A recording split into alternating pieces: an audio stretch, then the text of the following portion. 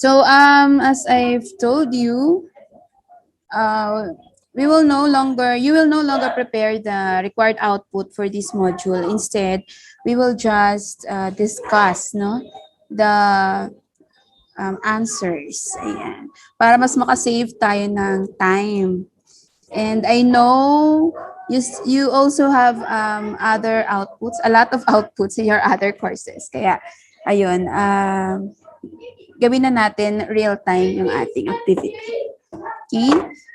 So, there are 4 of you, no, na nakapag-join na. I don't know if others are still joining, pero maybe we shall start na lang. Okay ba yung audio ko sa inyo dyan? Hindi ba maingay? Hello? Hello, class? Okay lang, ma'am. Okay lang, ma'am. Okay. Actually, in Module 5, we have our PowerPoint lecture is around 60 slides. If we're going to combine the 3 lectures. So there are 3 lectures. No, first we have the fish post-harvest handling of fish. And then we have the second lecture on low temperature preservation. And we have another one on control of quality and safety. Ayan, can you see my slides?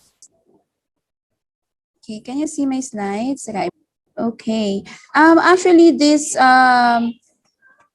module is going to be medyo light na lang siya because we have already discussed post-mortem changes and other, I think, some of the handling and post-harvest techniques in the previous modules.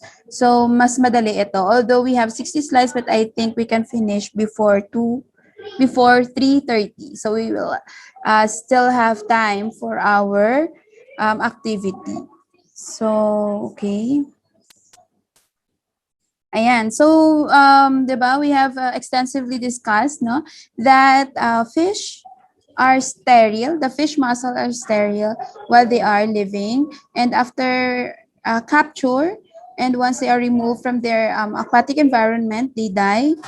And a few minutes and hours after that, there will be a series of chemical, biochemical, and microbial changes that will take place in fish. So I'm sure you can, if I'll give you an essay exam on this one, I'm sure you can really answer that question correctly, okay? We also have tackled this figure in the past, and with our knowledge on the post-mortem changes that fish undergo after death, the challenge now is this, the question indicated in the slide. What should we do to maintain the freshness of fish post-harvest? Meaning after collection of the fish from its aquatic environment. What should we do now?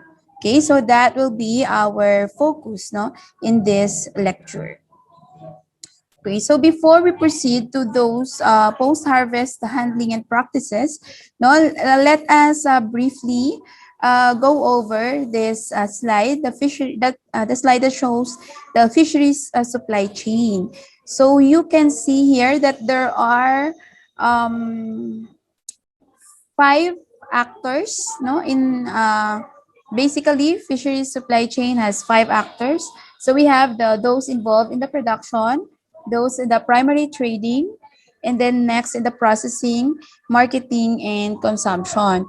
So what do you think would be the implication if the chain is quite longer? Now in this case we have 5, but if in case there will be 8, ano yung effect sa quality or sa price ng fish if there are so many actors along the chain? Anybody? there will be more actors, no? Tendency would be mas magmamahal yung ating isda. Kasi every time na may dadaanan siyang part of the chain, no? The price of the fish will also increase kasi eventually obviously magpapatong-patong ng price yung actors sa chain. So the fish and fishery product supply chain is a network of food fish-related business enterprises through which fish and fishery products move from production through primary trading to processing, marketing, and the consumption, including the post-consumption activities. So, fisheries supply chain is undergoing or is faced with several challenges. So, ano yung mga challenges, no? I-enumerate ko lang, no? One of the challenges would be the lack of vessel level data capture or capture on the data of capture data, no, of the fishermen, especially those involved in the commercial fishing. So ayun, why is it necessary to collect those data?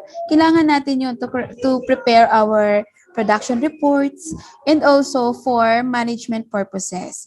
Okay, so another challenge is product transformation prior to data recording. So what is this product transformation? So when a product or group of products is processed prior to the first instance of data collection, kumbaga, hindi pa siya na-record as captured, pinrocess na siya. So usually kasi for large vessels, post-harvest processing starts at the vessel mismo. Ayun, ano yung product na maalala nyo na makikita nyo sa commercial na sinasabing they have their own ship or barco that collects the fish, and on the same day, napaprocess nila yung product nila. No, example of that is the mega sardines. So kahit nasa barko pa, pwedeng mag-start na sila ng sorting and also the cleaning processes of their catch para ready na for processing once it arrives sa processing plant. Another one would be the aggregation of supply. So along the supply chain or even in the production site pa lang siya, there would be mixing of product from different fishing events into a single volume. Anong ibig sabihin nito? Yung collected at 6 o'clock p.m., hinalo siya dun sa na-collect na fish ng 12 midnight, and then hinalo ulit siya dun sa fish collected at 5 a.m. the next day. So I'm sure you can already imagine, no, what would be the effect of those aggregation of supply. Good quality fishes will be affected, no, by the fishes that have been collected earlier. And since nagsa-start nang mag-stale yung other fishes, most likely it will also hasten the deterioration of the newly caught fishes. So yun yung mga challenges. And there are a lot more challenges, no, that the fishery supply chain is facing. So another would be relationship dynamics. The fishermen typically are not a businessman, so they simply focus on the collection of fishes, and most of the time fishermen get tawag dito, parang disappointed, no? Kasi they keep on fishing and fishing and fishing, but hanggang dun lang sila. They don't see the sort of development on their status or improvement or status, no? Kaya medyo disgusted or disappointed sila. So the support that the agency or government agency that can provide to the fishermen would be, and this would be a realistic strategy for sustainable management, would be the provision of the necessary business-related support services to these fishermen. So pwedeng mga trainings on how to process their products so that they can increase the value of their products. And of course, that would also mean increasing their income. Parang ganon. Another would be cultural preferences, no? Because some of the meron tayong mga tinatawag na preferred or favored fish species. So yon, that would also affect the price, no, and would also eventually affect the movement of the fishery products in the market. Some other challenges would be the lack of monitoring enforcement and also lack of database and data management capacity, as well as other interrelated challenges. So, yung pinaka-importante dito would be the collection of data, which could be useful in the preparation of reports and also for the implementation of management strategies, no, to improve the fishery industry. Ayan, medyo malayo na tayo. Tumagal tayo sa slide na ito. Okay. Next, I am showing here the harvest techniques, no, for aquaculture farms. So, it is also important that even from the ponds or the farms pa lang mismo, properly handled na yung fish, no? Kasi if from production site pa lang, the fish is already mishandled, that it would already trigger the autolytic and the microbial spoilage, no, in fish. All right. So the next one, all fishing boats, ayan. So same with aquaculture farms, no. Yung mga marine or collected fishes from the marine environment should also be handled properly. Ayan. So with this, tingnan niyo yung picture, no, medyo mix yung species, no, mixed species na collect nila. So they should already start sorting at that site, but they also have to consider the temperature, no. So the fish should be iced immediately and be sorted para hindi maghalo yung bigger fish dun sa mga smaller fishes, no? Kasi bigger fishes would cause physical damage doon sa mga small fishes. And also mapitpit, alam niyo maipit. Ayan. Okay. So next is, we have a slide here showing the factors that affect the quality of fish during harvest and handling on board and off board. Ayan. So one, obviously, would be the fishing method or the gear used, no? So yung trawling, 'di ba? Pag yung effect nung pag nag-use ka ng trawl and persing, mga actually yung pinaka-concern dito is yung illegal gears and the use of trawls. So yung illegal gears would include yung mga nets na may maliliit na ice, very small ice, no, that could collect very small sizes of fish, no, and also yung use of trawl kasi trawling and dredging kasi you are damaging the sea bottom, and at the same time that would cause physical injury dun sa fish natin. And we know that from our earlier discussions that physical damage or bruises, mga ganon sa fish would trigger and hasten spoilage. Okay. Second is harvest technique in aquaculture facility. So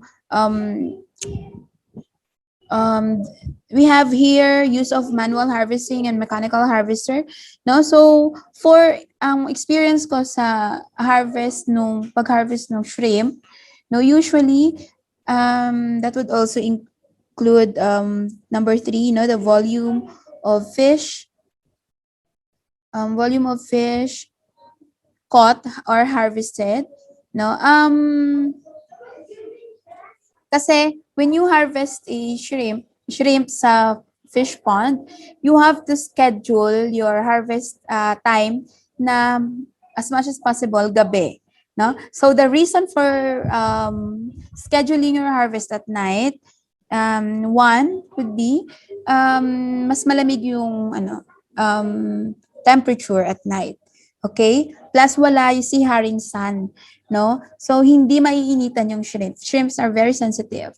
Okay? And also it would be mas okay for the workers, no, to harvest at night kasi hindi sila madaling mapagod kasi hindi mainit. However, if the weather is cold, maulan, no, it's also a disadvantage kasi pag naulanan yung shrimp mo, delikado din. Masisira siya, mamumuti or masisira yung magsusoften yung shrimp, no? And malamig for the workers. That's for manual harvesting. You also have to consider the tides, yung high tide and low tide. Kasi pag manual harvesting, you are draining the pond. If it's high tide, no, hindi magde-drain yung pond mo kasi mataas yung level ng water sa sea, no? Hindi magde-drain completely yung pond mo. So dapat ano din siya, consideration mo rin, dapat low tide. Ayan. Mechanical harvesting or mechanical harvesters are used, no, for faster na method or means of collection ng fish or other species. Ayan. So, but however, the use of mechanical harvester would incur additional costs. So, depende pa din. Yun yung mga considerations nung pond owners, no, and those owners of the cages, whether they opt for manual or for mechanical harvesters. But of course, the main consideration here is the preservation of the quality of the fish. So whether you use manual or mechanical harvesters, you have to always keep your fish or shellfish or whatever yung kina-harvest mo at a cool temperature. Okay? Next is the post-harvest handling technique. So if you need, later we will discuss ano yung next natin. Ayan.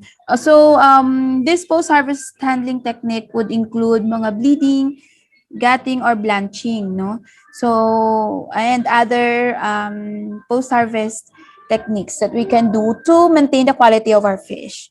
Okay? Ayan. So this one shows the activities in the landing sites, no? So pag masyadong malaki yung isda, no, dapat ano siya, mano-mano ng bubuhatin, but it should be done very quickly and fast, no, as much as it should be done as fast as possible. Kasi remember that our body is around 37 degrees Celsius, no? And if we keep nakaka-come in contact yung fish sa body ng fisherman or someone carrying it, madaling mag-proliferate yung microorganism that will be present dun sa fish or sa skin niya.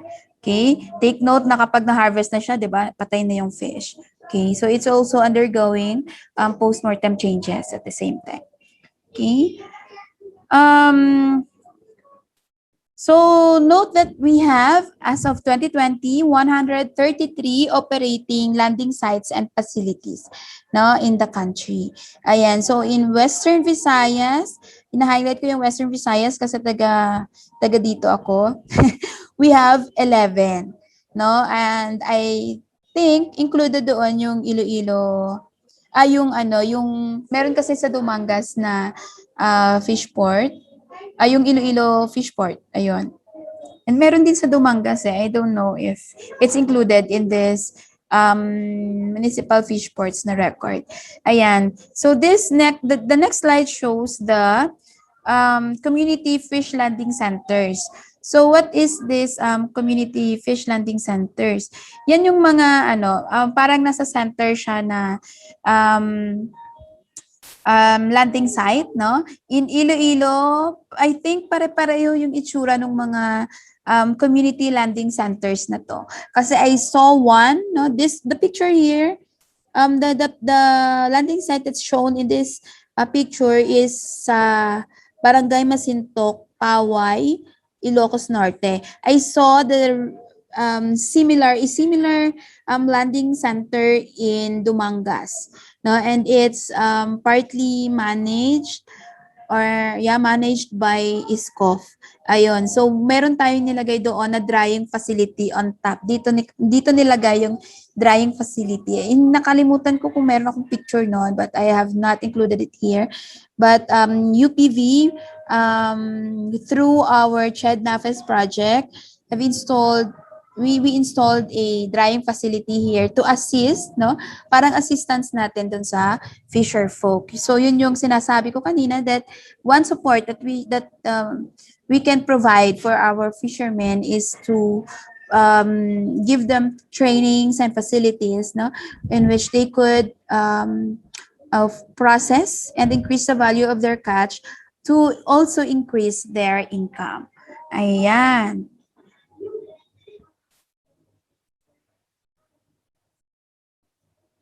Ayan. So, we have here the regional fishport complex. So, yung Iloilo fishport is one of the regional fishport complexes. Kasi, yung products from Aklan, no? Aklan, Rojas Capiz, and Antique, dinadala doon. And doon, meron tayong yung regional fishport complex natin na facilities for processing fishery and other aquatic products. So doon, makikita nyo may mga cold storage facilities doon sa fishport. You know, if wala lang sana itong pandemic, we will be touring some of the regional fishport complexes. But some, ibig sabihin doon lalabas tayo ng Iloilo. Kasi during our time, really go from one fishport complex to another. Masaya, although very risky, no, it's very risky to bring students, no, to this fishport complexes kasi ang daming magnanakaw and ang daming mga bastos. Joke lang. Hindi, talagang ganun yung kalakaran dun sa fishport. So when we bring our students there, we are telling them don't wear short shorts, no, and you also have to be careful with your personal belongings. So as much as possible, don't bring a lot of money and of course jewelry. No, don't wear jewelry when you go to fishport complexes. Kasi sari-saring mga tao nandun. No, it's not just the people within the for example, in our case in Iloilo, it's not just the people within Iloilo. There are other people, no, coming from other provinces within the region. Kaya pwede talaga silang magloko. Okay? I am not discouraging you from going to regional fish ports, no, pag okay na yung pag wala ng threat ng virus. But then merong threat ng mga tao, but you just have to be very careful. Ayun. Okay? So what are the different fish and fishery products, no? That what are the different forms of fish and fishery products? Ayan. So we have the live food fish, no? Yan yung pinag-usapan natin in the past at nag-submit kayo ng output in this one sa module 2. And then we also have the fresh chilled, the fresh frozen form, the block frozen, and the depurated. Yung depuration is usually done for shellfishes like the oysters and the green mussels or mussels.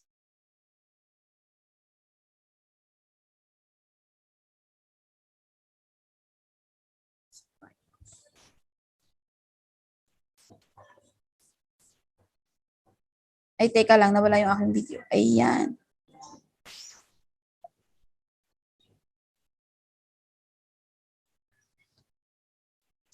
Ayan. So, we know that live fish handling is done, no, or practiced for high-value species and for species that spoil fast. But live fish market, no, is usually magandang siya, business, especially for countries na talagang into very fresh fish yung mga tao. And people are very willing to pay a good price for fresh fishes. Ayan.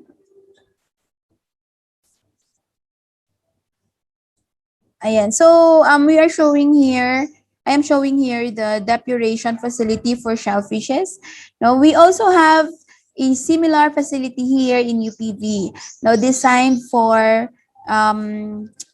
mussels under the project of Miss Mueda. Saglit lang.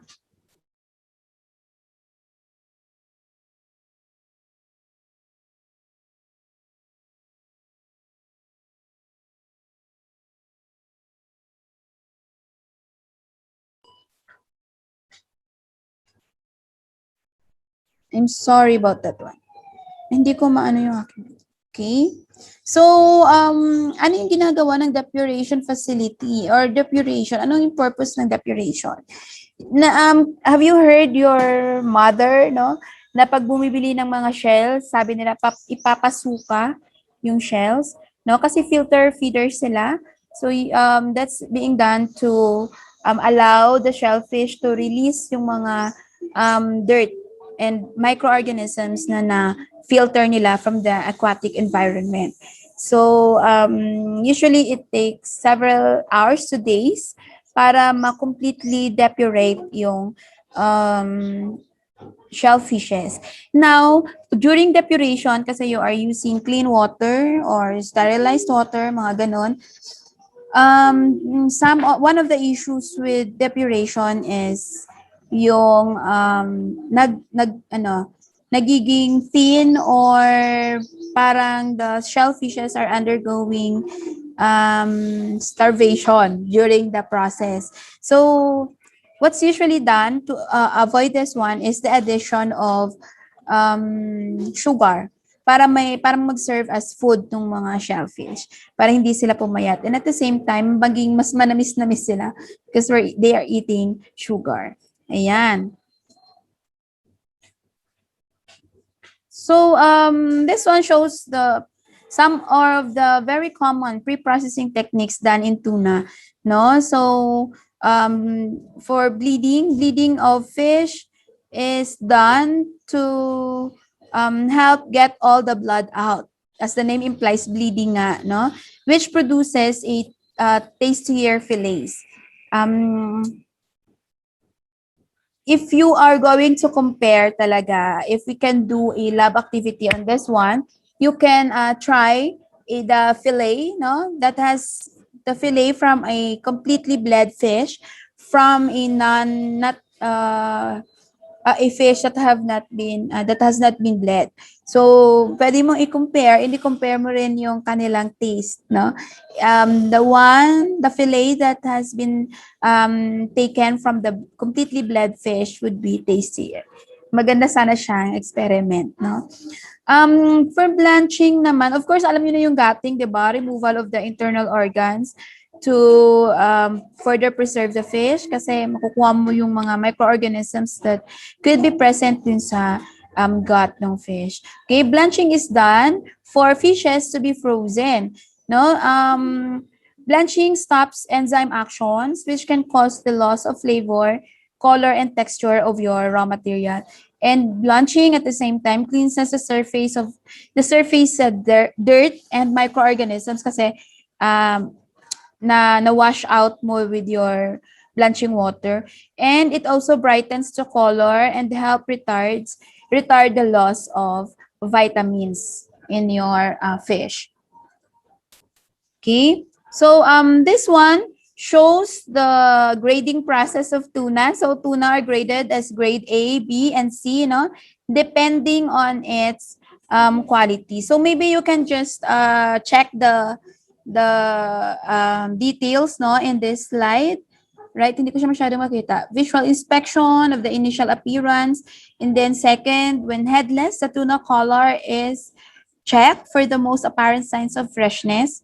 No, most of the most apparent signs of freshness is found in the tuna color. Ayan. And when gutted, the belly wall or the part visible from the cut made to gut the fish is checked for freshness. Kasi pag hindi siya very fresh, makikita mo doon sa opening ng gut. Okay?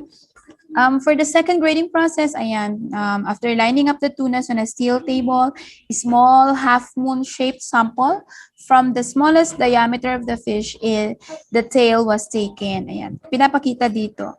And yon, briefly, ayan, ito yung, yung grading. Asan yung aking cursor? Ayan. Grading of tuna meat, no? It would be A, B, C, D, excellent, good, acceptable, and not acceptable. So, by merely looking at the color of the tuna, you can already tell, no, na kung saan dyan yung fresh at saan dyan ang gustong-gusto mong kainin. Okay, so that's for the first part of Module 5. So, let's now go to Module 2. The low temperature preservation technique. Ayan. So, chilling of fish. Why do we need to chill the fish? So, one, to maintain the freshness. Second, to prevent spoilage due to a series of chemical, microbiological, and physical changes post-mortem. So, maybe pwede natin medyo bilisan ito. Okay, so cooling of fish is by intimate contact of fish now with ice. So the heat is transferred from the warm fish to ice, resulting in the melting of ice. By the way, class, nag-take na ba kayo ng ano? Nakapag-take na ba kayo ng Fisheries 156? Nag-156 na kayo? Ha? Ang third year ata, ma'am, oo. Pero ang second year, the 154 pa lang ata sila sobrang. Hindi pa kayo nakapag-take ng 154. Ay, ng 156. Okay, kasi kasi 'di ba, 160 ito. So, basically, you should have taken the mas mababang number ng fishery scores para kasi siya parang prerequisite yung 156 for 160. Anyway, sige. So, very ito very parang advanced na itong ginawang lecture ni Dean. Si Dean kasi gumawa ng lecture na to. Ayan. So, hindi tayo meron siya computation on how you would be able to know ilang kilograms of ice ang kailangan mo for this much na fish. Ayan. So, sige, I don't know if we can still discuss that one, but for sure, when you take your 156, that will also be discussed. Ayan. So take note lang na the movement of energy, no, is from the warm fish to the ice. Kaya hindi siya yung tipong mag-a-ice ka kasi kinukool nung ice yung yung fish, kundi nata-transfer yung warm temperature from your fish to your ice. So, parang secondary effect na yung cooling ng fish. Pero yun yung pinaka-goal natin. Okay? So, ice has a very large cooling capacity for a given weight or volume. It's harmless, cheap, easy to handle. Most importantly, it's readily available. Okay? It provides rapid cooling through intimate contact between ice and fish, and it keeps the fish cool, moist, and glossy, and prevents the fish from dehydration. So, one thing that's good for ice, kasi as it melts, it's also cleanses the fish, no? Yung mga blood and slime, it's being washed with the melting ice. Ayan. Mayroon ako. Kanami. Di class, may nagbigay sa akin ng snacks. Tingnan nyo, sana all may pansit. Sige. So, balaan nyo na ng reason later if magdali ako, no? Di, wala pa man ako nagutom. Okay, so we have here different types of ice now used for icing. So, we have the flaked ice, crushed ice, blocked ice, tube ice, and the cube ice. Ayan. So, actually, this portion here, mga 3 or 4 na slides na to, you can find this PowerPoint lecture na upload sa sa ating LMS or sa ating folder. Kasi I just added this no for easy reference on your part. So makikita nyo dito yung advantages and disadvantages of the different types of ice. So for block ice, it requires less space to manufacture, requires less space during transport, but ano yung disadvantage? Large pieces make a poor contact with fish, melts less rapidly and can mark and bruise the fish and cools fish slowly. So hindi kasi ganun kalaki yung surface area ng block ice dun na nagka-come in contact dun sa fish. Okay, flake ice. So, rapid heat transfer, also less damage to fish, cause less damage to fish, has closer contact between ice and fish. It requires more storage space. And it melts rapidly. Yun yung disadvantage, kaya dapat ginagamit siya agad. For the tube ice, provides more cooling capacity. Hindi siya cooling capacity in a small place. And it cools fish slowly in a warm atmosphere during transport. Ayan, it can also damage the fish kasi medyo sharp yung portion ng tube ice. May mga sharp portions siya. And then next is the crushed ice. Now it melts very quickly on the fish surface, so it cools the fish very quickly. And however, it also has sharp pieces which could also damage the fish. So meron tayo dito mga description ng chilled seawater and ice slurry or slush ice. No, the amount of ice would depend on the initial temperature of the water and the fish, and also the size of the container na paglalagyan mo, the quality of its insulation, and the length of time to travel. So I don't know if meron siyang recommended fish to seawater ratio dito. And I don't know if na-discuss dito yung advantage. If you're going to compare refrigerated or chilled seawater versus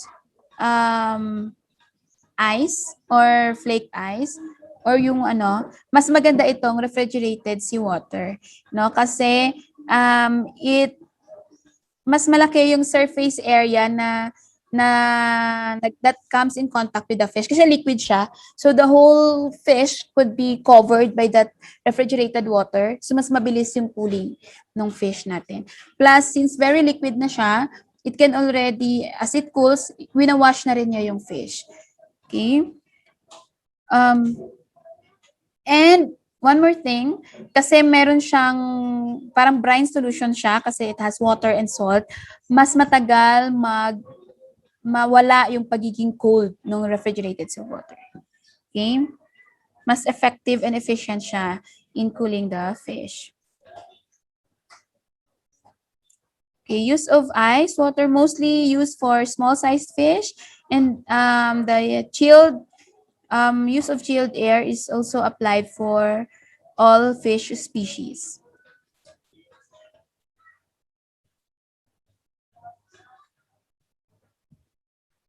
Ayan, ito, kinompare na dito. Talagang kinompare na dito yung chilled seawater versus icing. So this slide cannot also be found in your PowerPoint lecture. So advantage sa mga umattend ng lecture online, may mga additional inputs na binibigay online during synchronous classes. Ayan. So a chilled seawater chills fish much faster than wet ice.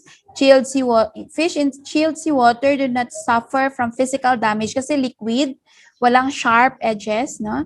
Due to crushing or pressure from other fishes. Kasi naka-float yung ibang fish mo, naka-float kahit maraming fish ka dyan, no? It does not hindi sila nagko-cause ng pressure dun sa baba na isda kasi medyo nag-float yung mga fish. Fish in chilled seawater are washed in the slurry. Ayan, can have an objectionable taste, especially if fish is to be frozen. Increased salt concentration can accelerate some post-mortem changes. which also could result in quality deterioration. So talagang meron silang positive and negative side. Okay. Okay, so for refrigerated seawater, kanina chilled seawater yung CSW, ito refrigerated. Advantage niya, it chills rapidly and minimizes physical damage just like the CSW. It allows large amounts of fish to be chilled with less handling.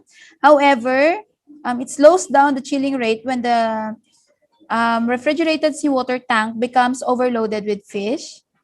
And it can cause salt uptake. Pareho lang din sila sa chilled seawater. So, of course, yung refrigerated seawater, mas malamig siya, no? Kaysa dun sa chilled.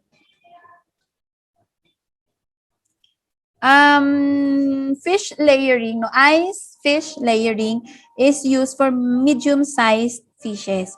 Pero it should not be done na very high yung pagkaka-layer-layer, no? Kasi tendency mapipitit yung nasa babang isda. So it's advisable for medium-sized fish species. So anong ginagawa? Ice muna, as you can see here, no? Teka, saan yung aking cursor? Ayan. Ice muna, and then fish, another ice, fish, ice, fish. Kaya sa tinatawag na ice fish layering. But you have to take note, there should be ice at the bottom, and the last layer would be the ice also. Ice din siya dapat, hindi pwedeng fish. No? So, parang ano siya, completely covered yung fish natin with ice. Ayan. So, the use of cold pack or combination of ice and chilled air, ayan, usually for large fishes, ginagamit siya. Okay. Why do we have to freeze the fish, no? This is to slow down spoilage due to enzymatic and bacterial action and to extend the shelf life of the fish. So here are the factors, no, that affects the freezing rate. So one would be method or the freezing equipment used. Kung gumagamit ka ng regular household na freezer, na ref versus a blast freezer. So magkaiba talaga yon. And then the changes in the temperature during freezing. If frequent yung temperature fluctuation in the freezer, it will also trigger damage or cause damage dun sa fish. The circulation of air during the process, and of course, the size, shape, and the thickness of the fish. The bigger the size, and the bigger and the thicker the fish is, no, the longer it will, the longer or the more time it will need to freeze it or to make it frozen. Nabubulol ako, guys. Kita ko yung pansit sa front ko. Okay, so we have the two freezing methods. We have the slow freezing and the quick freezing. So you can see the description here. No? We will no longer discuss each, but take note that slow freezing produces large ice crystals, and it promotes extracellular ice crystal formation. So we will discuss this one with a figure in part 3 or a little later. Baka dito din sa part 2. Okay? And for quick freezing, it produces smaller ice crystals at a fast rate, and it retains the shape and texture of the food. Ayan. So ito yung pinaka-importante na kailangan nating i-discuss, no? So look at the effect of the freezing rate on the quality of the quality of the fish. So note again that rapid freezing improves the quality of the fish. No, the faster the fish freezes, the smaller the ice crystals that's being formed. And these small crystals do less damage, no, to the cells of the fish, while slow freezing produces large ice crystals that punch through the cell membranes of the fish. And as a result, when fish is frozen, no, with very large ice crystals in a form, these ice crystals would thaw, and there would be more dripping and loss of liquid, no. yung mga liquid that's bound in the fish in the cellular molecules like proteins, no, may mga liquid doon, so tendency would be magdi-drip yung mga liquid na yon. Okay, small ice crystals are unstable, and over time they also grow. Take note of that. So they are unstable, and over time they grow to form larger ice crystals. No, nangyayari ito kapag there is a series of freeze-thaw cycle, no, that's happening in your product. Lalo na kapag ang ginagamit mo na freezer is the frost-free freezers. Ano yung sinasabi ng frost-free? Kapag nagpo-form na ng malalaking ice yung freezer mo, na-reach na niya yung target temperature, meron kasi mga frost-free na household freezer. Ang tendency, nag-adjust siya ng temperature. Purpose nun is para hindi mamuo yung ice sa loob ng freezer. However, that type of freezer would have negative effect dun sa product mo kasi it subjects your fish to a series of freeze-thaw cycle. So, nagkaka-problema tayo doon. Okay? So, during the defrosting period, the fish thaws slightly, allowing ice crystals to grow and rupture more cells. So, kapag lumalaki na yung ice crystal, it causes damage dun sa cell membrane, no? So, opening the freezer door allows heat to enter the freezer. And this also repeat the freeze-thaw cycles. So, look at the figure. Okay, let's look at the figure. So, this one was subjected to slow freezing. Can you see my cursor? And this one, sinubject siya for moderate freezing and quick freezing. Look at this one. Ayan. So, during slow freezing, no, at the start of the freezing process, makapal pa itong cell membranes. But after several times, hindi ko makita yung time eh. Ayan. So, I don't know kung ilang weeks ito. Look at the membranes, no, may mga damage like ito.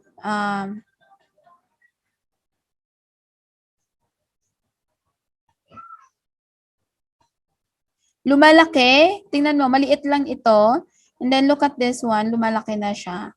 Yan, and it's caused by the large ice crystal formation. For this one was subjected to quick freezing, no? I-observe niyo itong moderate freezing. Ayan, na-cut na dito yung kanyang membrane, no? Also for this one, 'di ba nakita niyo to, meron pa siya sanang membrane diyan, no? But then na-cut na siya. No, nagkaroon na ng damage. Ayan, what else ang nakikita natin? So, as freezing progresses, nasisira yung mga cell membranes. Nagra-rupture, that's caused by the formation of large ice crystals and the freeze-thaw cycles. So, ito, anong manotice nyo dito? Tingnan nyo kung may nag-break na membrane.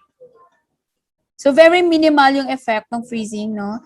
Sa mga quickly frozen food products. Sige, tingnan natin yung next na slide. Meron kasi dyan na mas maganda yung figure, and you can really see, no, the effect of freezing rate. Pag sinabing freezing rate, yung how fast yung fish na put into frozen state, no? And when sinabi mo namang storage condition, yun yung temperature at which you keep your fish, no, for a certain period of time. Like for example, -20 for 3 months, -80 for 3 months, ganon. So that's your storage temperature. Kasi in-store mo na siya.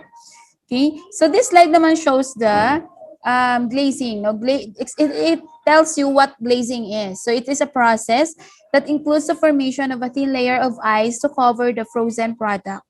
No, it increases its shelf life, prevents freezer burn. No, yung parang nasusunog yung product, nasobrahan siya ng pagka-frozen. Kasi ano yun eh, it's caused by excessive dehydration of your product. Yun yung ano ng freezer burn during cold storage, and it helps prevent texture and flavor loss during frozen storage. So paano mo ginagawa yung glazing? Pwedeng meron kang i-freeze mo muna yung fish mo, and then meron kang chilled water, then very quickly you dip your frozen fish in some water. It will form a thin layer of ice dun sa product. And yun yung magsiserve na parang packaging niya, primary packaging niya during storage. You can also do spray glazing or other means of glazing. And there you can also add some antioxidants or other preservative components dun sa glazing or products for glazing. And that would really help improve or keep the quality of your fish. Ayan. So this one, ito yung sinasabi ko na magandang slide, no?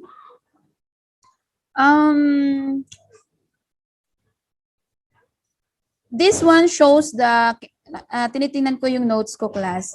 Okay?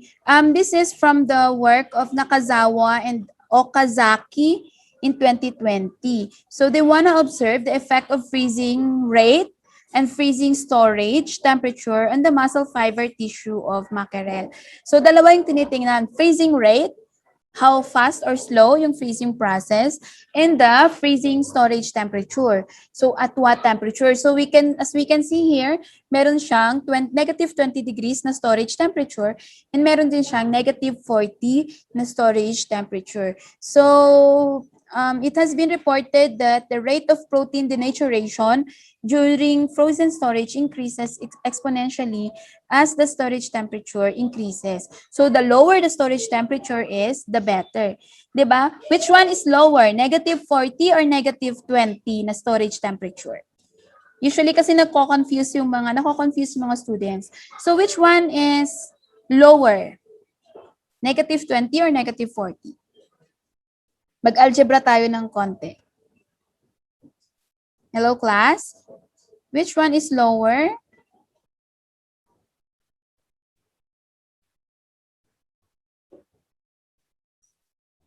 Which one is lower? Of course, mas mababa yung negative 40.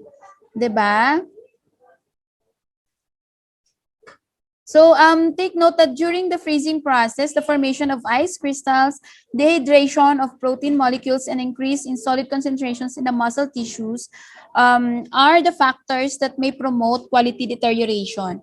And the formation of ice crystals with a volume expansion of about, yung ice crystals kasi, it expands to about 9%, no? And it has a physical influence on the structural features of the muscle tissue of the fish, no? So, kapag nag-expand yung ice crystal, it distorts the structure of the meat. Okay. So, in general, rapid freezing produces a number of fine ice crystals, no, in the muscle cells, whereas the slow freezing tends to produce large ice crystals outside the cell. So, the formation on growth of ice crystals during freezing and cryopreservation destroys the organelles and cells, releasing some proteinases, yung enzymes, and the pro-oxidants, and ultimately degrading the muscle quality. So, pag malaki yung ice crystal na form and ma-distort, masira yung cells, no, it will now release the enzymes, yung proteinases natin na diniscuss in the previous module, and the pro-oxidants. Pag sinabi yung pro-oxidants, those that favors oxidation process, and that would ultimately result to the degradation of the fish muscle quality. So, during thawing naman, tama ba ito? Ayan. Tinitingnan ko, okay, it has a figure. During the thawing process, ice crystals melt, no? And the tissue absorbs the water.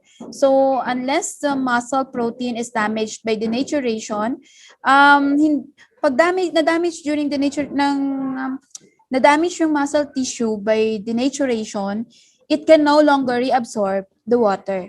during thawing. So, importante na hindi ma-damage yung muscle protein. Okay? Ultimately, the state of muscle tissue is similar to the quality of fish prior to freezing, no, if mag-reabsorption ng water. However, when the muscle proteins are frozen and denatured, no, the water holding ability decreases and the traces of ice crystals remain as empty spaces, no, after thawing, and this results to incomplete restoration of the muscle tissues and eventually affects the sensory quality of the fish. So the effects would be drip loss, softer texture, gaping, and changes in the taste and flavor. Hindi na siya ganun ka-juicy, hindi na siya ganun ka-tasty kasi nag-undergo na siya ng so much na dehydration and nagkaroon na ng drip loss. Yung ibang flavors andoon na, lumabas na with the water. Okay, so look at now the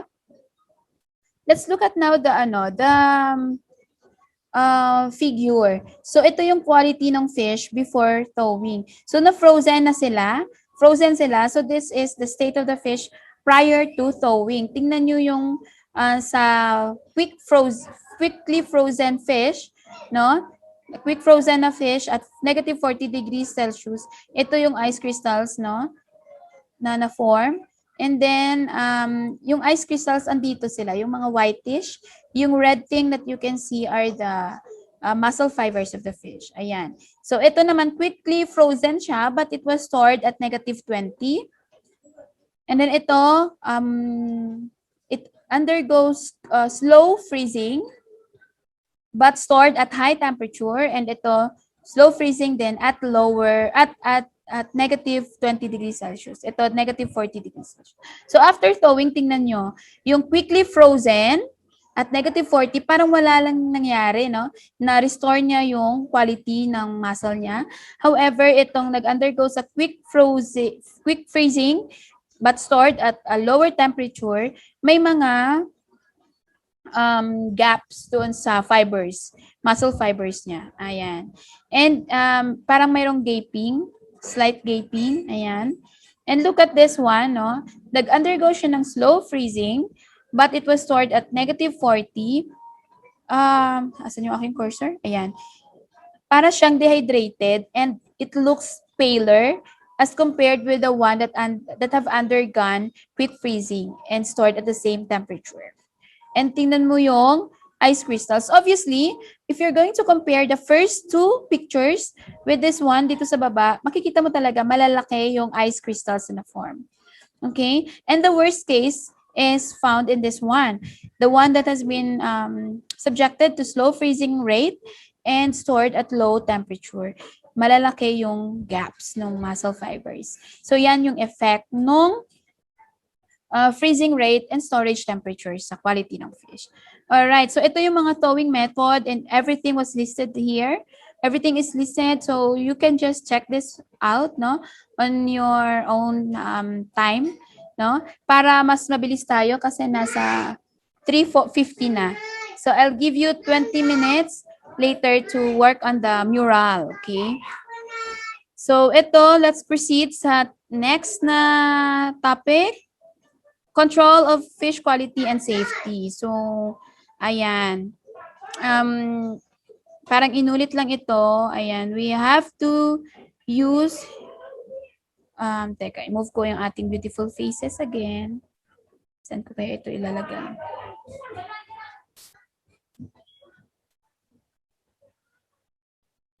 Hindi ko maano, naka-block siya sa title. Ayan. So, use of appropriate containers. So, there are different containers that's used, no, for different types of fish and at different, for different purpose. So, kung nasa site pa, usually, ang sa boats and sa shore, yung ginagamit is ito, yung aluminum tubs and plastic tubs. Ayan, sa processing area, ito na yung ginagamit, styrofoam boxes and the plastic crates. Okay? Teka, meron tayong chat. Ayan, okay, negative 40. Yeah. Okay, Edros, yung sagot mo kanina dun sa tanong ko na which one is lower? Yan, -40, siyempre. That's correct. Okay, tanggalin ko rin itong chat. Nawawala yung aking cursor kaya mahirap mag-navigate. So, please check also the new designs for fish container. These are the output of ano nga yun? Ano nga yung GE course na Aquasci. Ayan, Aquasci students. Gumawa sila nitong um, nag-create sila ng design for fish containers. And look at what they did. Very interesting. And ang ganda ng output nila.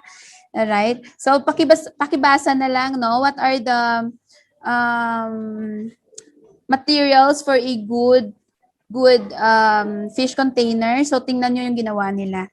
Okay? And what are the characteristics of a good fish container? Ayan. Ayan. So, tingnan nyo, ang ganda. Ang ganda na ginawa nila. Very, creative yung mga, actually, very creative naman kayong lahat. No? Na-amaze ako dun sa mga pinapagawa ko ng mga output. Ay, nako. Galing ng, ng generation ninyo. Okay? So, ayan, basahin nyo na lang itong, itong mga fish containers that they design, no, for containers for fish and fishery products. Ayan. So, ito, the use of appropriate packaging materials and methods. No, so we have the use of modified or controlled atmosphere. So, bakit siya tinawag na modified or controlled atmosphere? Kasi you are adjusting the air inside the packaging. So, you are removing hindi naman siya removing, total removal. You are pwedeng total ng certain gases, no? You are reducing the amount of oxygen. That is, what is the purpose of that? The purpose of that is to limit or reduce the oxidation process, especially if what's inside your pack or ano yung product mo is prone to oxidation. You also replace it with carbon dioxide because carbon dioxide has bactericidal effect. And you also incorporate other gases to maintain and improve the quality, or at least maintain the quality of your fish. So, tingnan nyo na rin dito, no? So, what are the factors that affect the shelf life of fish under modified atmospheric packaging? One is the initial microbial load, the species of fish, the fat content, yan, isa yan, kasi you have to adjust the oxygen level in the pack if depending on the fat content of your fish, and the temperature of storage. Alright, so ito yung mga amount of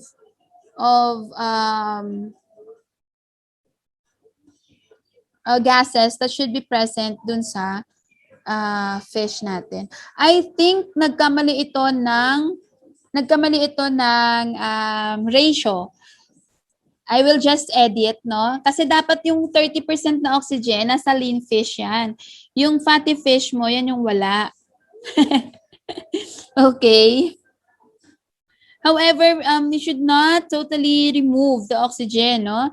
Or at least, kung as much as possible, hindi siya dapat nauubos kasi, or sinizero, kasi it keeps the meat's vibrant red color and stop it from becoming pale. This is true sa mga salmon. Ayan. Kailangan nating i-preserve yung color ng meat. Okay? Another thing is it prevents the growth of aerobic organisms other than the oxidation na consideration natin. It also prevents the growth of aerobic organism. Ayan. So, basahin nyo na lang yung ibang content, no? So, the advantage of MAP, it increases the shelf life of the product. It preserves the quality of the product, and makes the product free from product drift. Products can be distributed over longer distances kasi secured yung product dun sa MAP or modified atmospheric packaging. It provides a clear view of the product kasi transparent yung packaging mo on top, and it provides hygienic stackable pack. for the product. Ayan, use of carbon monoxide. Carbon monoxide is an odorless and tasteless gas, and it's used to retain the red color of the meat. Ayan, para sa tuna. Ay, ang sarap ng tuna sa picture. Use of vacuum packaging, no?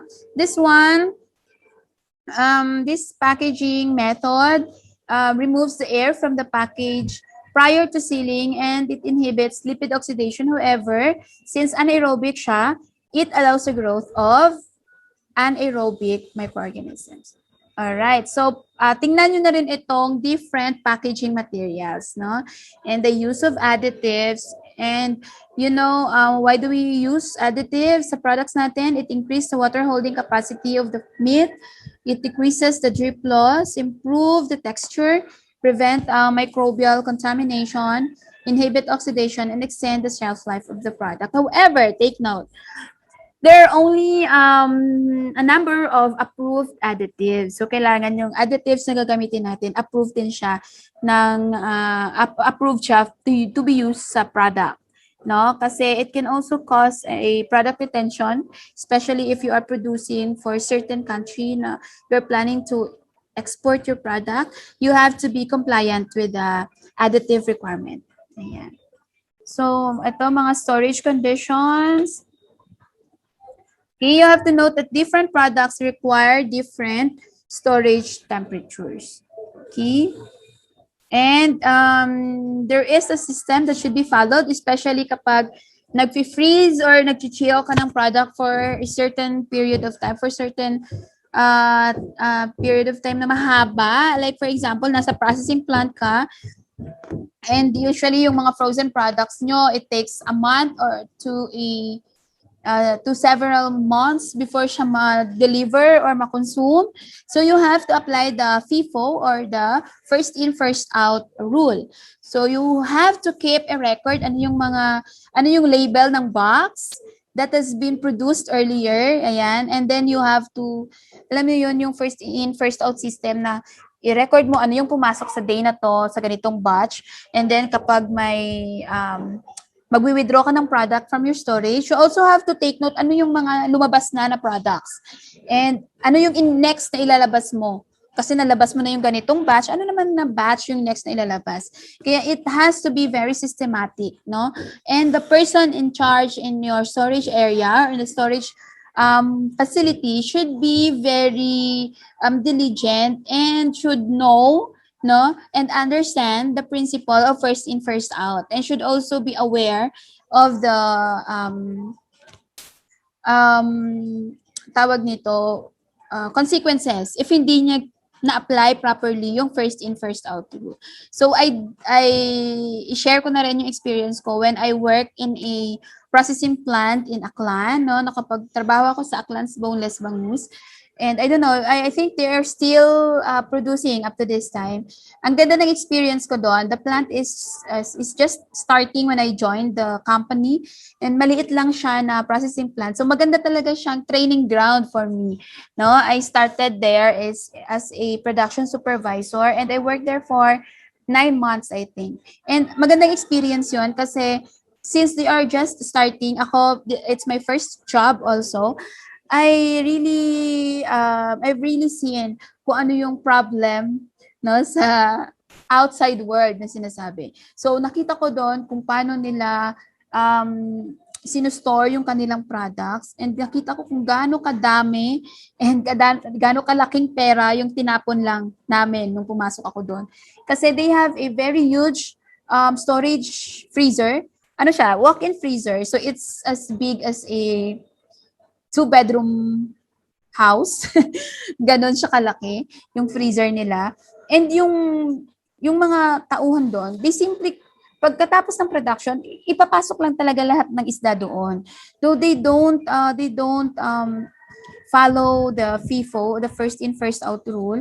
And kapag may bibili, kung ano lang yung convenient na pwedeng makuha agad at mabilis na mapack, yun lang yung kukunin nila. Nakakalimutan nila na meron silang na-produce months ago na andun lang nakatago. And though it's frozen, it's also undergoing several changes and undesirable changes dun sa muscle or sa tissue ng bangus. So yun nakakalimutan nila. And when we retrieved all the products, ang dami naming tinapon. Ginawa lang silang pakain dun sa shrimp ng taga-Aklan din. So anyway, when we started the first in first out rule, medyo maganda na yung quality ng fish na dinideliver namin sa aming clients. We are delivering products to Boracay and also to airlines para dun sa mga meal nila. So, if you happen to eat bangus, deboned bangus, nung sumakay kayo sa eroplano, galing yun doon sa Aklan's Boneless Bangus. Ayun, meron lang, may kumukuha lang sa ABB, Aklan's Boneless Bangus ng bangus na yon, and then they rename the product, they make a brand, no? And then yun yung binibenta dun sa mga airlines. So, ganun yon. Anyway, that's how important first in, first out is. And ito, yung fluctuations, basahin nyo na rin yung nakalagay dito. We're running out of time. No? Ang products must be stored using appropriate packaging material and methods. So, yon, tingnan nyo doon, ano yung appropriate sa product mo, normal atmospheric condition ba, modified controlled atmospheric pack ba yung kailangan, or vacuum packaging. So, for dried fish, of course, normal packaging condition lang, no? And for high value products like your nuggets and other products, yung mga salmon, mga ganun, tuna loins. So, pwedeng modified or map or vacuum packaging. Ayan. So, that's all. Naubos natin yung 60 slides and our time now is 3:50. So, I will stop sharing muna. Please visit my mural, no? Na-send ko dito sa chat natin yung link, no? Please access my mural. And ilan ba kayo ngayon? There are 4 of you in the class. Sige. I-share screen ko rin. I-share ko rin yung aking mural here. And I can see you guys dito. Ito na lang ito. Now, what are you going to do? First, you read the instruction, no? Examine each of the following photos. So, 4 kayo, 5. Sige, 5 tayo. I will join you. Identify the post-harvest techniques or practice that should be modified in each of the photos. So, pumili kayo ng photo ninyo. Okay? And then you identify ano yung mga post-harvest technique or practices that should be modified. And then you recommend an improvement to the technique or practice. So, yung gagawin natin, pwede kayong kumuha ng sticky note dito. Can you see my slide, guys? Can you see my mural?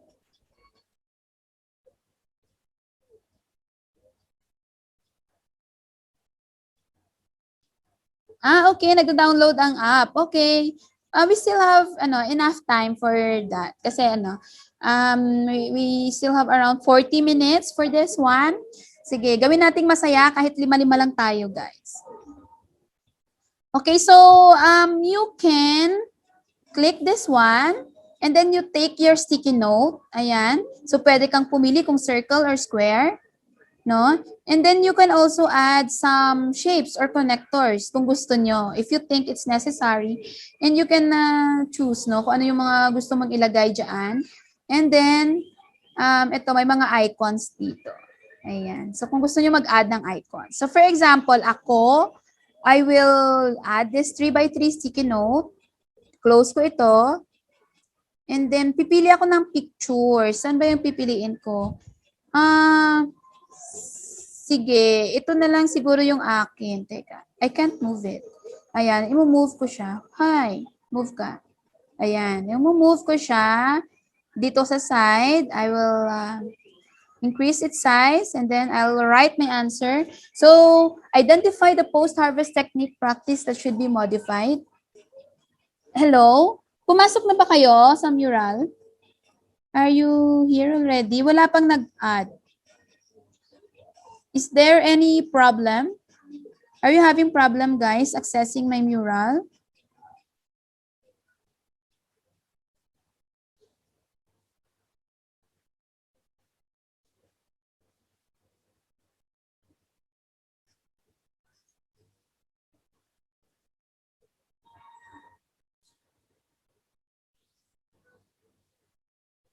Okay.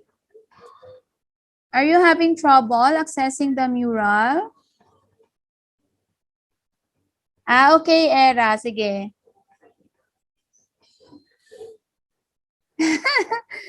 Sige. Anong nalaglag?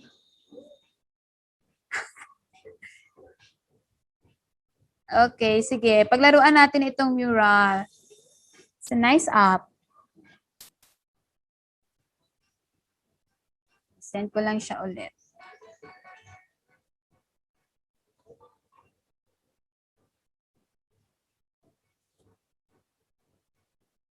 Same lang naman ata, I think. Okay, I can see one participant here. And it's visiting shark. Ayan. So, you can go to this area here and the click this one to get your sticky note. Ayan. So, in my case, I will answer this, no? I'll put my name first. You put your name first. Ayan.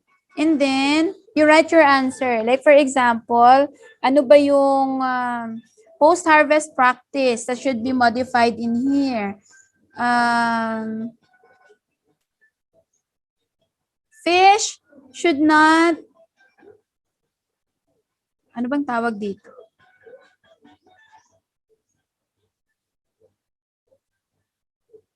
Fish waste should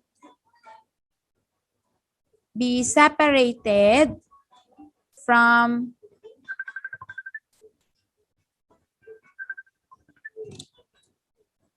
fish waste should be separated from fish for processing. Parang ganon. So, fish for processing. Ayan.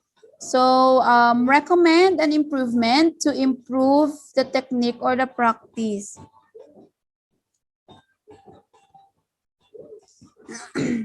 Okay, so this is my answer for letter A. Are you having trouble? Ayan, meron ako nakikita. Visiting squid, visiting lobster, meron din akong visiting ladybug, and visiting shark. Ang cute. Ayan, how do you, paano ba kayo makapag-add ng sticky note? Pwede rin kayo mag-right click, add sticky note. Ayan, right click daw, visiting lobster. Try mo, na. Ayan. So, ito yung letter A.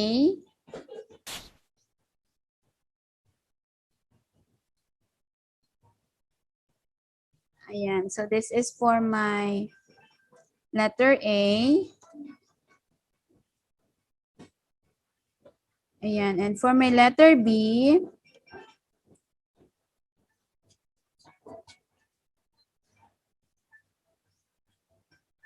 ayan, mixing. Ito pala yung A ko. Mixing of fish waste and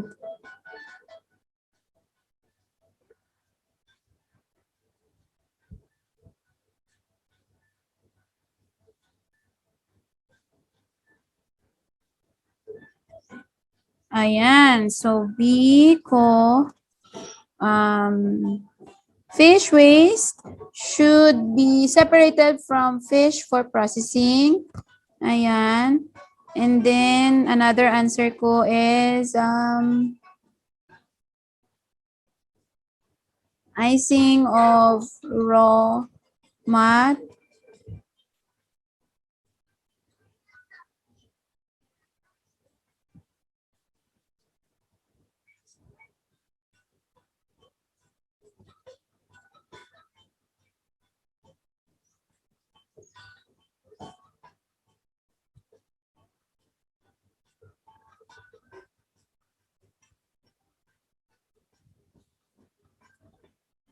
Ayan.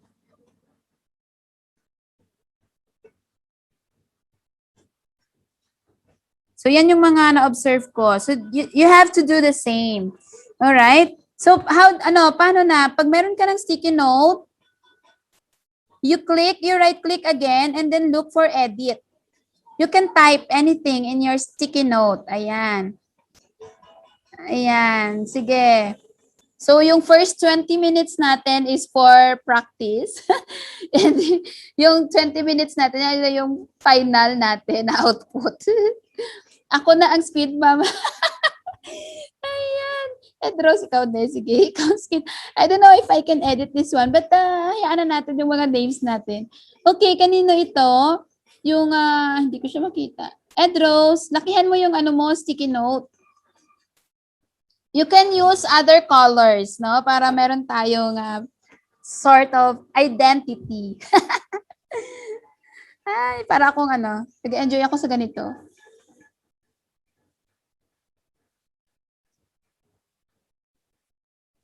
Yan yung nakita ko dito sa aking picture.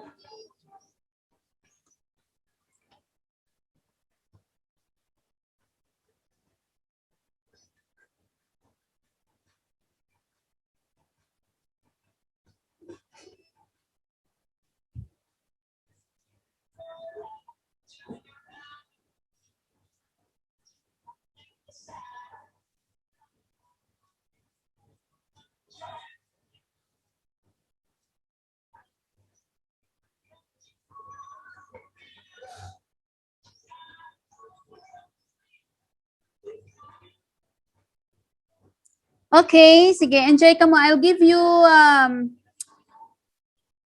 15 minutes to finish your answer. To finish your A and B na answer, okay? My time now is 4 o'clock. So, after 15 minutes, I'll be back, no? And let's see, ano natin, pag-usapan natin yung mga answer natin. Okay?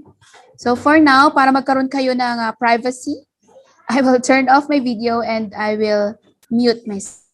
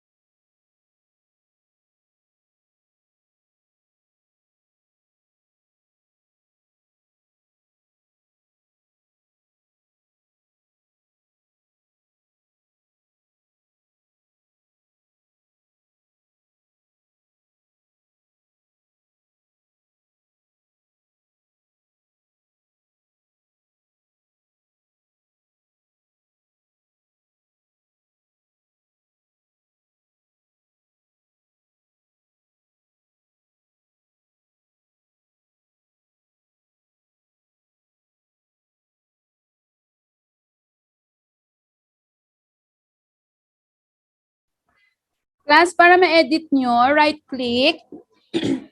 Right-click kayo and edit. Hanapin nyo yung edit. Like this one. Right-click. And then, saan na yun? Ayan, click nyo yung sticky note and then right-click, edit. Ayan, para ma-edit nyo yung sticky note ninyo.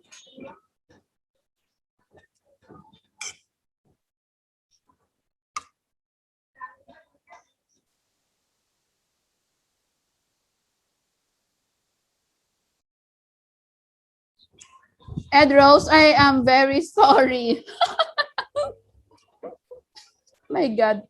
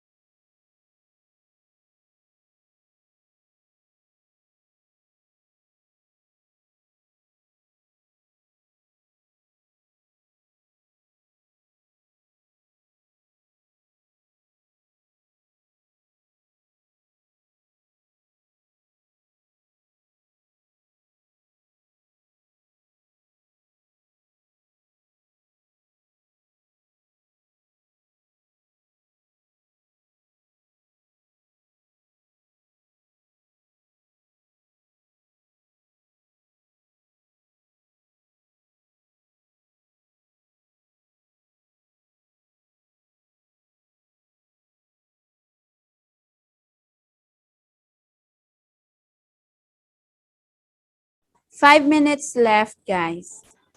Sige. Irish May, nahihirapan ka mag-edit?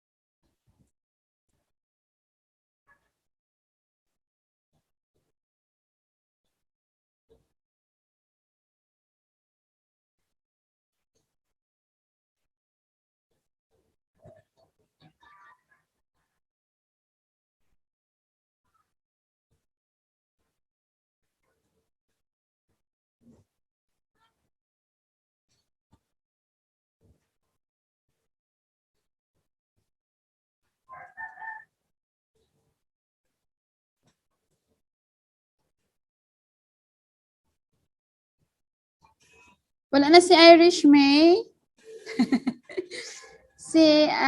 Sino pang ari? Si Era na lang kag-fake. Kita na lang ang tatlo nga rin di.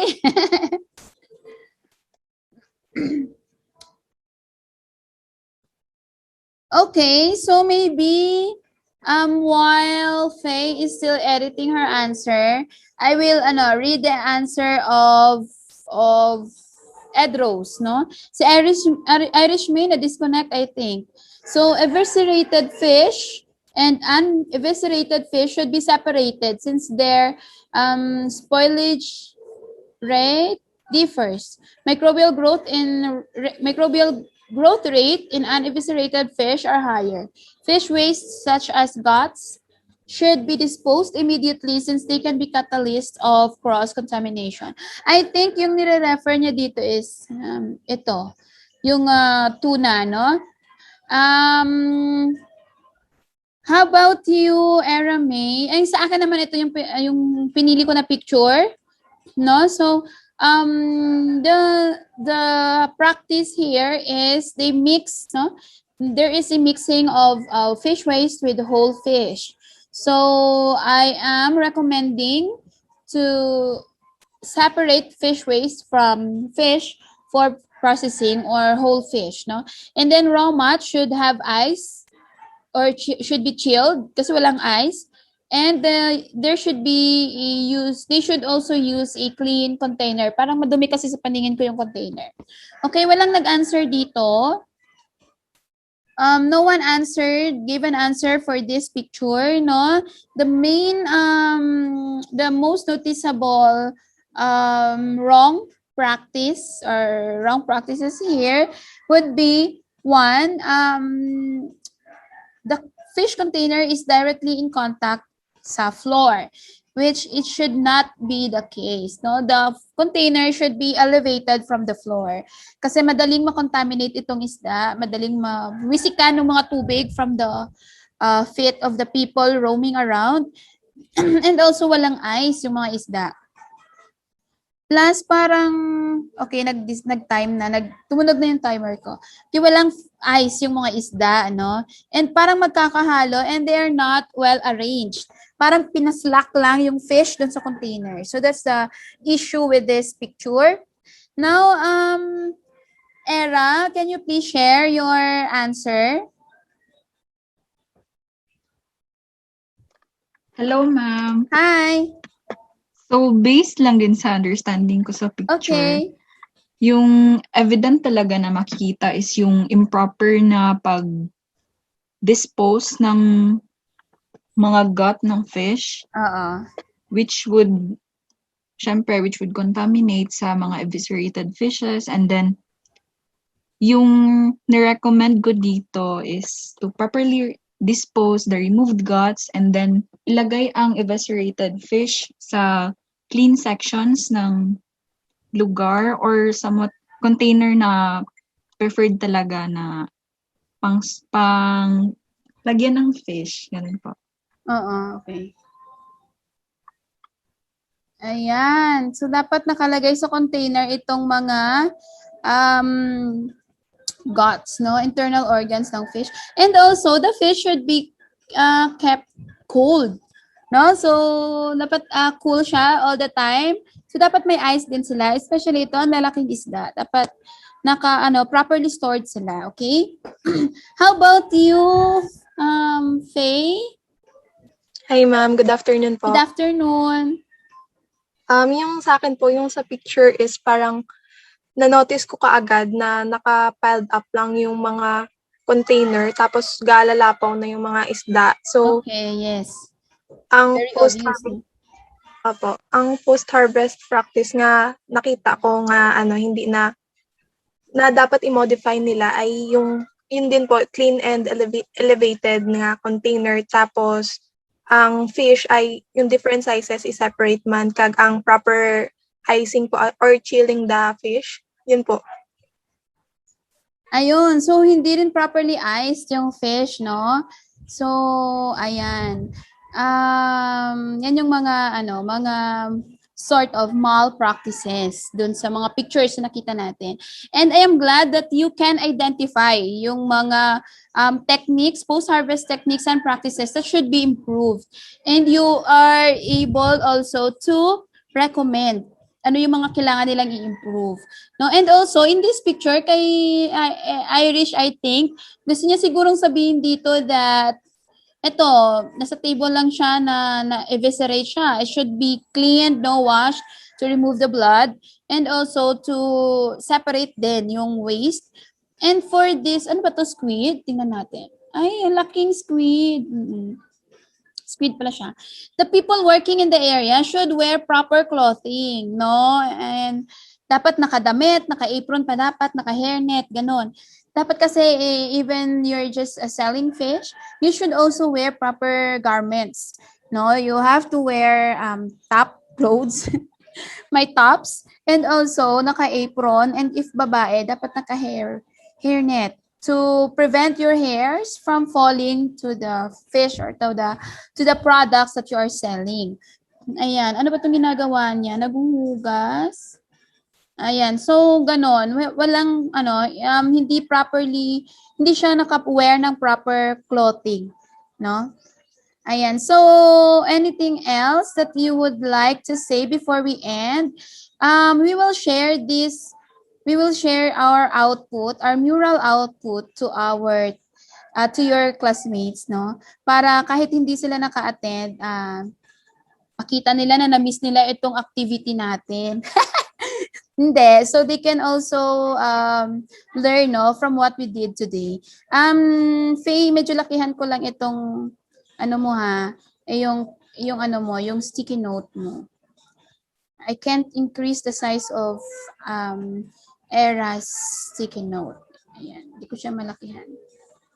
Kasi pag nag-edit ka pala, hindi ko rin siya ma-edit. Okay, so sige, picture taking tayo with our output.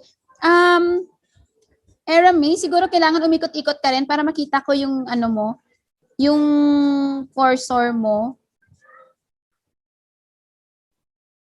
Pwede pa natin i-change yung color ng isang blue? Siguro green. Wala tayong green. Ay, ang pangit ng green. Sorry Nakialaman ko pa. Anong color ang gusto mo, Faye?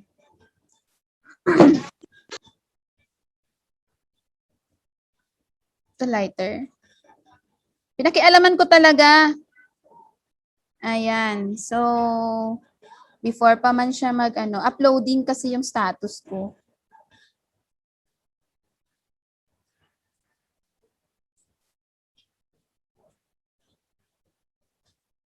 Ayan. Bakit kasi siya uploading? Ayan. Sige. Take a picture of our mural. Let's take a picture of this one. Ayan. So, ayun. Tatatlo na lang tayo. Okay, thank you very much, Faye and Erame. I hope you've learned a lot today. No, I hope hindi na sayang na naman yung time nyo for joining our class. No, I really appreciate those who really stays until the end, no? Although yung mga hindi naka-join, may mga reasons din sila. At yung mga kaninang kasama natin nawala, may reason din naman sila, no? But I really thank you for joining me until the end of our session. So enjoy your weekend. That's all for today, and I will upload all our discussions from module 4 until today sa ating LMS. Thank you. Stay safe, okay? Be safe all the time. Okay, stay home, ha? Stay home. Ako nga, nasa bahay ako ngayon. Sa bahay lang ako lagi. Thank you, ma'am. Hindi pa ako nakapagpabaksin. Kayo ba nakapabaksin na? Nag-register pa lang, ma'am. Ako nag-register lang din. So, that's all for today. Thank you very much for joining me. Ayan. Bye-bye. Bye, ma'am. Thank you. Bye. Stay safe. Bye-bye.